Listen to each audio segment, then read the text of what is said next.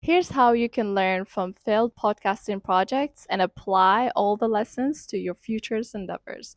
So, now stay with me on this video. I'm going to give you some solid tips, and without forgetting that I'm giving general answers to these questions. So if you feel like I missed any parts, please feel free to share it down in the comment. If you have extra questions that you want to ask me, feel free to DM me. I'm always happy to support where it makes sense. Now let's get into it. When it comes up to failed podcasting project, I like these questions simply because you are going to learn something. You are always into the area of, like, I don't think if you failed at podcast, I don't feel like there is a failed moment at podcasting. It's like a learning. So you're going to learn what was missing in your production. You're going to learn what was missing in terms of like connecting with your guests.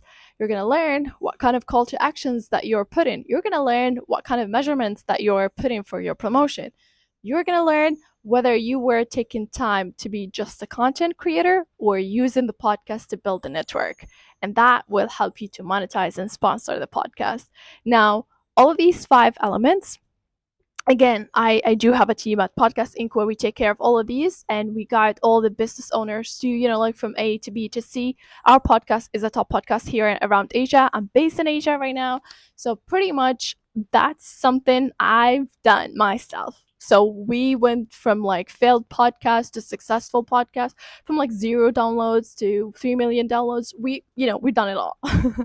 So what I want you to do is, like, you kind of like focus on these 5 elements: your production, your connection between you, the guests, and the podcast, how you were presenting the brand.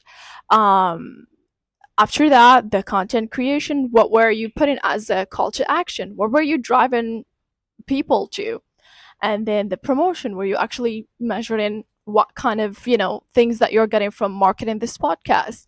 And then last, where you actually focusing on just building the content, or actually using the content to network with the right people that would help you grow the podcast, as brand owners, or whatever, like sponsors, this, that, and the other. Because some of you guys will lose themselves in the era of like being just a content creator and thinking like, oh my god, a sponsor is gonna magically show up.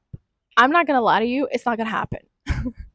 It's not gonna happen unless you really worked harder on the promotion, you measured everything there, and you promote it, you spend a lot of ads. So you're gonna attract some people your way, which is not like 100% impossible, but the best way is to actually go there and present that. So yeah, that's pretty much on today's video. See you guys on my next one.